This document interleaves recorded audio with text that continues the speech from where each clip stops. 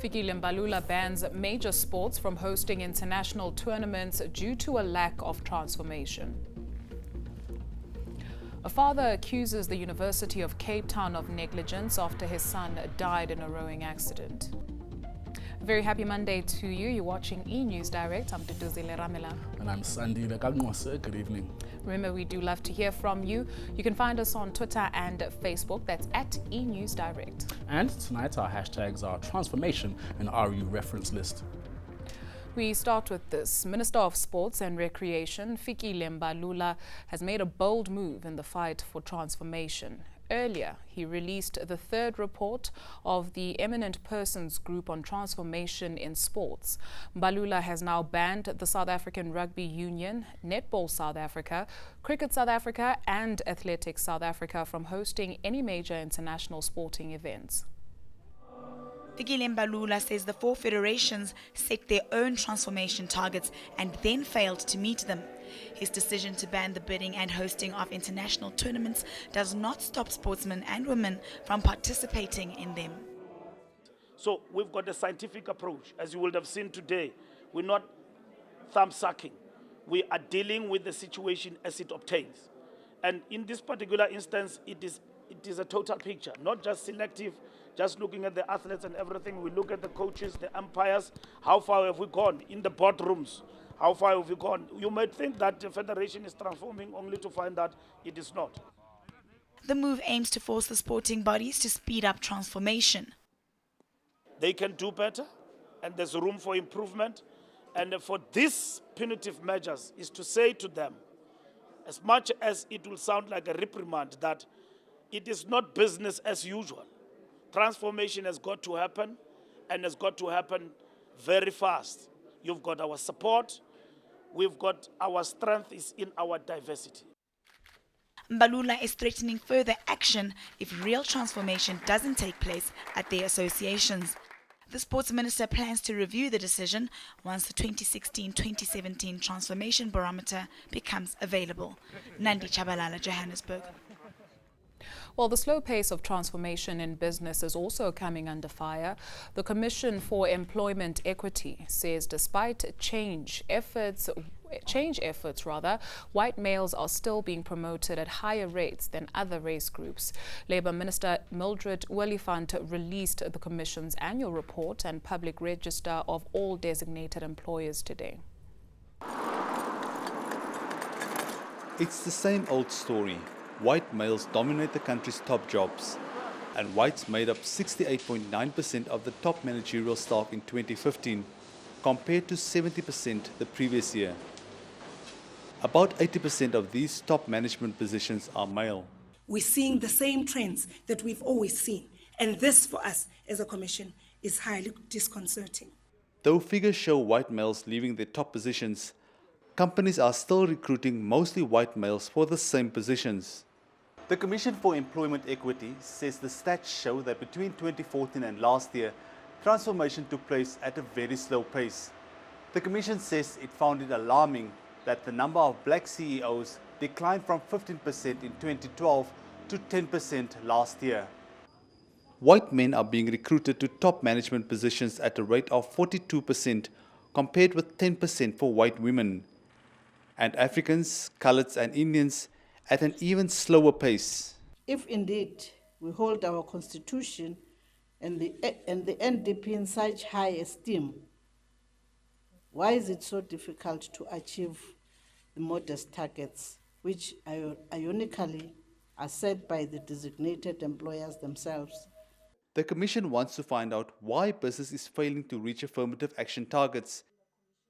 It plans to move away from simply naming and finding companies and plans to hold a number of workshops to ensure companies adhere to legislation. John Bailey, Pretoria. A father whose son died in a rowing accident says the University of Cape Town is not coming clean about how he died. Sibanye Gold Madiba died while practicing with teammates of the university's rowing team last month. His father, Mutsira Madiba, claims the university was negligent. An astrophysics, chemistry and mathematics student who passed with 8 distinctions at the University of Pretoria last year. Mosimane Kgape Boys Madiba had just turned 19 this year when he decided to fulfill his dream and study further at UCT. Last month, the rowing team he belonged to went for a training exercise at this dam, almost 2 hours outside of the city. According to the father, Madiba drowned at around 5 p.m. and was only taken out of the water at 8 p.m., 3 hours later. Motsiga Madiba is yet to find out how his son exactly died that day. He says the university first told him it had no record of his son's indemnity form, but a month later it was sent to him. What surprised me is that a school big as University of Cape Town failed to take security measures. When I get to the police station at Mauriceburg, I said to them, I'm here to open a case of negligence against the University Council and the coach. He claims police in Mauriceburg refused to open a case. UCT says it's investigating the incident, but it remains tight-lipped about the details surrounding the incident, saying the matter is in the police's hands. Police, on the other hand, say an inquest has been opened. They refuse to comment on the matter until the father files an official complaint against the SAPS for refusing to open a case against UCT, as he requested. Atim Tongana, Misverstand Dam in the Western Cape. Most Rhodes University students went back to class today after a week of protests against rape on campus. Students and staff held various talks dealing with issues like consent. While some silently protested by attending lectures in their bras, lecturers were advised to do revision or hold rape culture discussions. All tests and tutorials have been postponed for now at least. Last week's protests were triggered by the anonymous release of a list of alleged campus perpetrators on social media. To take things slow, to take things easy, to be prepared if they felt it was appropriate to have a discussion in the class. One of the things we are very aware of is that some students, their experience of being sexually abused and raped is such that they actually can't bear to deal with it at this time. And what they want is a semblance of normality. A quick look at world news now, and 2 of Donald Trump's Republican rivals have teamed up to try slow him down.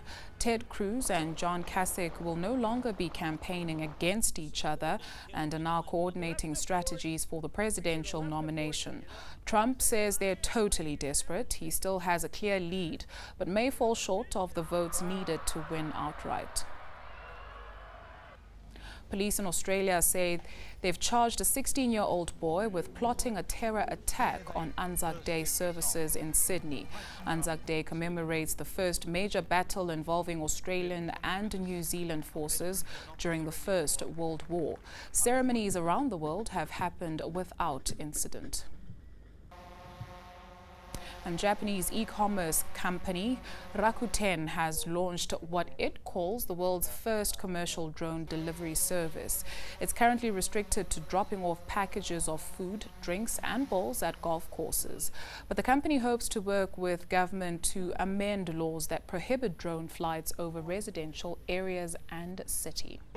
Time now to hand over to Duluzile, who has all of your social media. Indeed I do. Thank you so much, Sandile. And we start with this. During an interview with international news broadcaster Al Jazeera, EFF leader Julius Malema reiterated that his party is not afraid to meet violence with violence, saying, and I quote, "Part of your revolutionary duty is to fight, and we are not ashamed if the need arises for us to take up arms and fight. We will fight," close quote.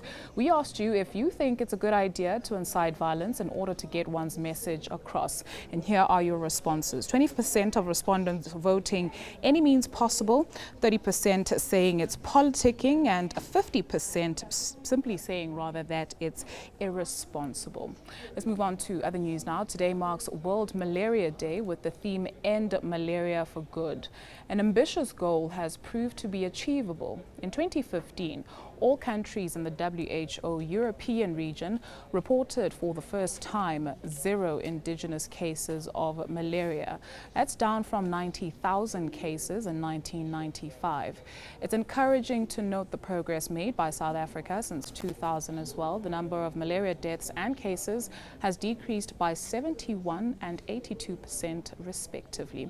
Remember, we do love to hear from you. You can find us on Twitter and Facebook. That's at eNEWS Direct, or you can head it over to our website. That's enca.com/direct. Do stay with us after the break. We've got your business news as well as your detailed weather forecast.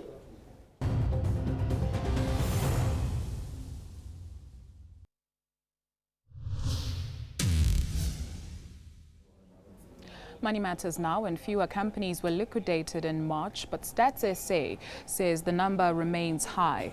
The office says it's proof firms are struggling to cope in current economic conditions. Total liquidations dropped by 22.6% last month compared to a year ago.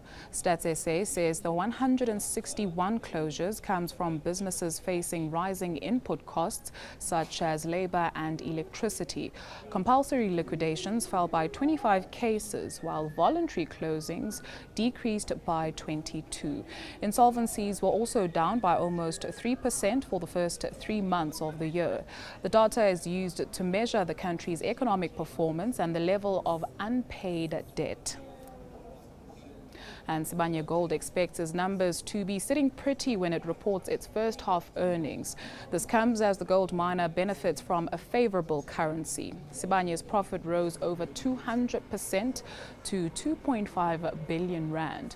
The rand price for gold is at a near record high due to the local currency weakening against the dollar over the last year. South African gold mining companies pay their costs in rands but earn profits in dollars. At the time of the announcement, the gold index was down over 3%. Sibanye's shares have shared over 5% today, with investors cautious ahead of the U.S. Federal Reserve policy review. And with that, let's see how the markets performed today.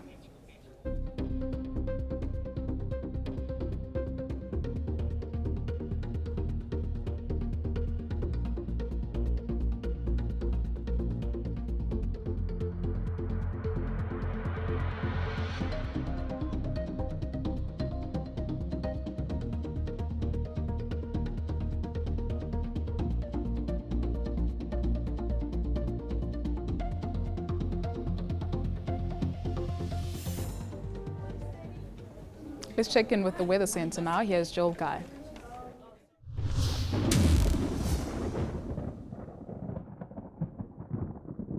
Hello everyone and welcome to the Weather Center. We started off Monday with a cold front bringing us rainy weather along the southwest coastline. The cold front is now cutting across the south coast where we have cloudy and rainy conditions.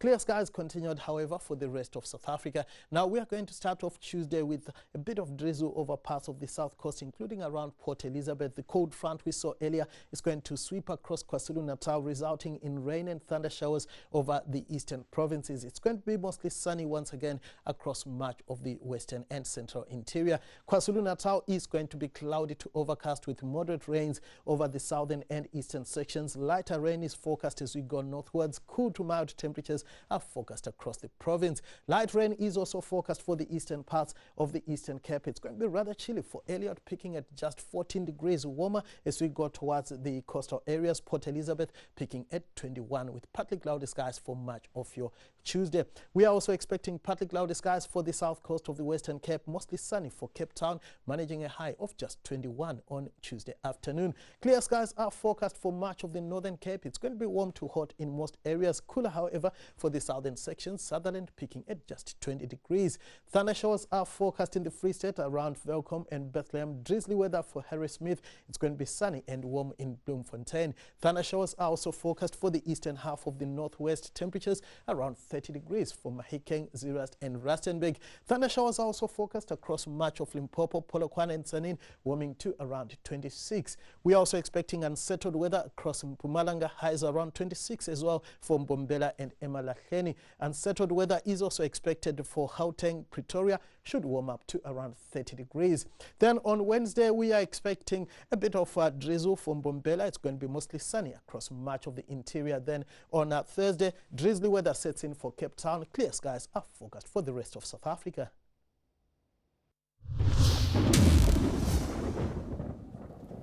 Thank you, Joel. After the break, we tell you how an army is making a difference by helping produce fine wine in the Western Cape.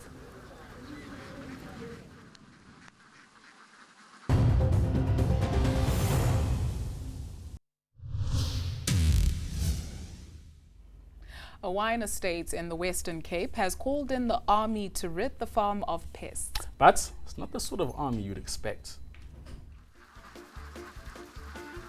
The morning march at Vergenoegd Wine Estate. An army of 1,000 runner ducks waddling to work. Come rain or shine, the feathered farm workers hit the vineyards 5 days a week, clearing the crops of snails, bugs and eggs. They're so efficient, no other pesticides are needed. These workers have taken to their jobs like ducks to water. Their bosses say they are the most reliable employees they've ever had. They're reliable, first of all.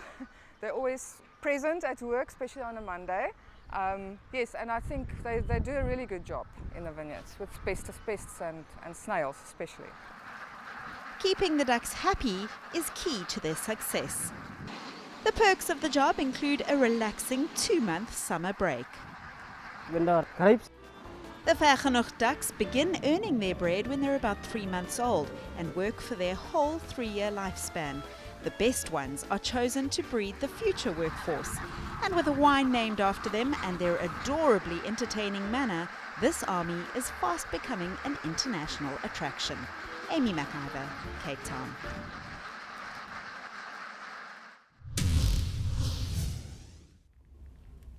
A reminder of the day's top stories before we say goodbye. Filkile Mbalula bans major sports from hosting international tournaments due to a lack of transformation.